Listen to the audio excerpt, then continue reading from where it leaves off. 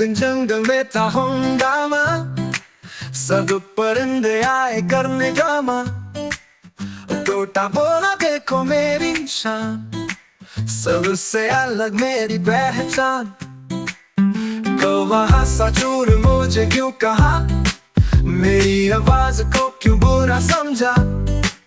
कबूतर आया मन का मुरारी, पर खाने में वो थोड़ा स्याही।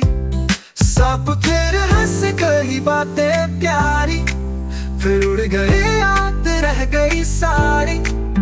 ये कहानी है दिल की, परिंदे हम सबके साथी। चिड़िया बोली मेरा कद है छोटा, गाना मेरा तू दिल करे खुश होता। मोर झूम के बोला देखो मेरे पर, रक्स मेरा मशहूर है हर नगर।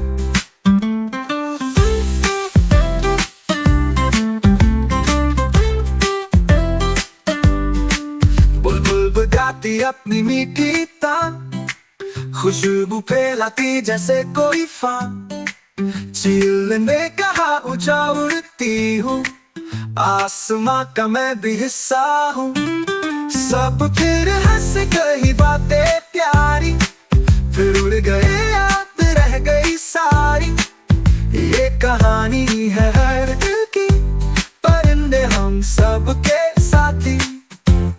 चिड़िया बोली मेरा कद है छोटा, गाना मेरा तू दिल करे खुश होता। मोर झूम के बोला देखो मेरे पर, रक्स मेरा मशहूर है